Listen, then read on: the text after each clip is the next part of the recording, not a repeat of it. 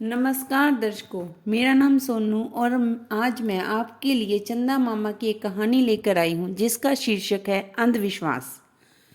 रतनपुर का व्यापारी धनगुप्त कई वर्षों तक समुद्री व्यापार करते पूर्वी टापुओं में बस गया। वहीं पर एक सुंदर कन्या के साथ विवाह करके अपार धन कमाया। आखिर जब अपने गांव को उस भारी संपत्ति के साथ लौट आया, एक दिन वह अपने बचपन का साथी रामगुप्त को देखने गया। रामगुप्त ने भी व्यापार में लाखों रुपए कमाए। वह राजाओं के बराबर वैभवपूर्ण जीवन बिता रहा था। दोनों मित्रों ने बड़ी देर तक एक दूसरे को अपने अनुभव सुनाए। रामगुप्त के मकान पर सुदर्शन निलय नामपट देख धनगुप्त ने रामगुप्त से पूछा, दोस्त, यह सुदर्शन कौन है? सुदर्शन मेरा छोटा पुत्र है। उसके पैदा होने के बाद ही मेरी किस्मत खुल गई। उस समय से मैं मिट्टी भी छू लेता हूँ तो वह सोना बन जाती है, रामगुप्त ने जवाब दिया।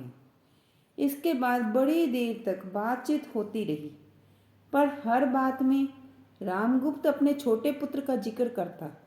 बड़े पुत्र का समाचार पूछने पर उस बात को टाल देता। इस पर धनगुप्त ने पूछा, तुमने यह नहीं बताया कि आखिर तुम्हारे कितने बेटे हैं? मेरे 2 बेटे हैं। बड़ा बेटा सुमंत 10 साल का है और छोटा 6 साल का है, रामगुप्त ने उत्तर दिया।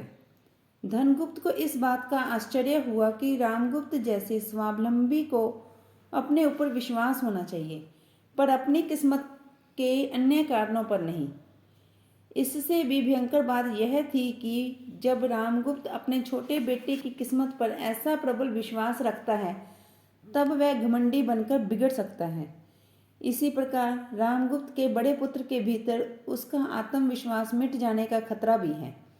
यूं सोचकर धनगुप्त ने कहा, सुनो रामगुप्त, मेरे अब तक कोई संतान नहीं है। मेरी पत्नी विदेशवासिनी है। वह एकाकीपन का अनुभव ना करे, इसलिए तुम अपने बड़े बेटे को हमारे घर क्यों नहीं भेज देते? थोड़े समय तक वह हमारे घर पलेगा ना। वैसे धनगुप्त रामगुप्त से कहीं बड़ा धनी था, इसलिए रामगुप्त ने अपने बड़े बेटे सुमंत को धनगुप्त के घर भेज दिया। थोड़े दिन बीत गए। एक दिन रामगुप्त धनगुप्त को देखने गया। धनगुप्त उदास मालूम हो रहा था। रामगुप्त ने इसका कारण पूछा, दोस्त, मैं उदास क्यों ना रहूं? जब से मैंने समुद्री व्यापार शुरू किया है, आज तक कोई तकलीफ नहीं हुई, मगर आज ही मुझे खबर मिली कि मेरा एक जहाज लाखों रुपए की कीमती माल के साथ समुद्र में डूब गया है। पर मैं कारण नहीं जानता। लेकिन यह बात सत्य है कि जब से तुम्हारे बेटे ने मेरे घर पर कदम रखा है, तब से मेरा नुकसान ही होता रहा है, धनगुप्त ने कहा। यह बात सुनने पर रामगुप्त को थोड़ा कष्ट हुआ, पर उसने अपने मित्र की इस नुकसान के प्रति सहानुभूति जताई। थोड़े दिन और बीत गए। एक दिन संध्या के समय धनगुप्त चिंतापूर्ण बदन के साथ रामगुप्त के घर पहुंचा। रामगुप्त ने अपने मित्र को उदास देख घबराकर पूछा, दोस्त, बात क्या है? फिर से कोई नुकसान तो नहीं हुआ ना? इस बार धन से भी बढ़कर खतरा आ पड़ा है। इस बार मेरी पत्नी एक विचित्र बीमारी का शिकार हो गई है। वैद्य उस बीमारी का निदान तक नहीं कर पा रहे। देखो रामगुप्त, तुम्हें कभी अपने बड़े पुत्र की वजह से किसी अनिष्ट के होने का भान हुआ है? क्योंकि उसके मेरे घर आने के बाद एक भी ऐसी घटना नहीं हुई जिससे मुझे प्रसन्नता होती, धनगुप्त ने समझाया। धनगुप्त की बातें सुनने पर रामगुप्त का क्रोध भड़क उठा। उसने बिगड़कर कहा, मेरे बेटे ने मुझे आज तक एक भी अनिष्ट नहीं पहुंचाया। उसे तुमने ही खुद अपने घर ले जाने की इच्छा प्रकट की। तुम्हें अगर कोई नुकसान हुआ है तो उसके सही कारण जानने का प्रयत्न किए बिना सबका मूल मेरे बेटे की मानना तुम्हारे अंधविश्वास को सूचित करता है। तुम उसे तुरंत मेरे घर भेज दो। रामगुप्त के मुंह से ये बातें सुनने पर धनगुप्त का चेहरा खिल उठा।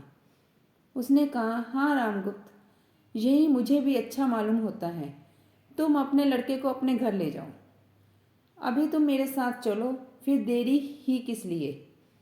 रामगुप्त ने धनगुप्त के घर जाकर देखा। वहां पर चिंता का कोई कारण न था।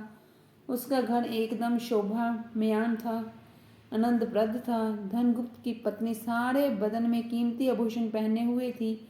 एक कीमती रेशमी साड़ी पहने लक्ष्मी देवी की भांति इधर उधर टहलते मुस्कुराते हुए रामगुप्त के सामने आ पहुंची और कुशल प्रश्न पूछा। इससे भी बढ़कर आश्चर्य की बात यह थी कि रामगुप्त का बड़ा बेटा उल्लासपूर्वक उछल कूद करते ऐसा खेल रहा था मानो सारा घर उसी का हो, पर अपने पिता को देखते ही वह दुबक कर एक कोने में जा बैठा। इसे देख रामगुप्त अवाक हो धनगुप्त की ओर ताकता रह गया। उसकी समझ में ना आया कि धनगुप्त से आखिर क्या कहा जाए। रामगुप्त, क्या बात तुम्हारी समझ में नहीं आई? अगर समझ में आ गई हो तो अच्छी तरह से समझ लो कि मेरा अगर कोई नुकसान भी हुआ होता तो मैं ऐसा मानने वाला मूर्ख भी नहीं हूं कि यह तुम्हारे बेटे की वजह से हुआ है। तुम अपने छोटे बेटे के बारे में सब लोगों से यह कहते फिरते हो कि वह तुम्हारे भाग्य का देवता है। ये बातें सुनने पर तुम्हारे बड़े बेटे का दिल कैसे बैठ सकता है? क्या तुमने इसके बारे में भी कभी सोचा है? साथ ही अपने छोटे के मन में इस बात का कैसा अहंकार पैदा हो सकता है, इस पर तुमने विचार नहीं किया? यही बातें सोचकर मैं डर गया और तुम्हारे भीतर ज्ञानोदय कराने के हेतु मैं तुमसे 2 बार झूठ बोला। तुम बुरा मत समझो, मान लो कल अगर तुम्हारी किस्मत के साथ नहीं दिया तो उसका कारण अपने को ही मान तुम्हारा छोटा बेटा कैसे दुखी होगा, यह भी सोचा है?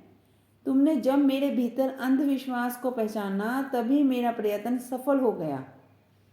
अब तुम अपने लड़के को अपने घर ले जाओ, धनगुप्त ने समझाया। इस पर रामगुप्त ने सिर झुकाकर कहा, मैं सारी बातें समझ गया। मेरे बदलने में अभी थोड़ा समय लग सकता है। थोड़े दिन और इसे तुम्हारे घर रहने दो। ऐसा मालूम होता है कि यह तुम्हारे ही घर पर ज़्यादा सुखी है। धन्यवाद मित्रों।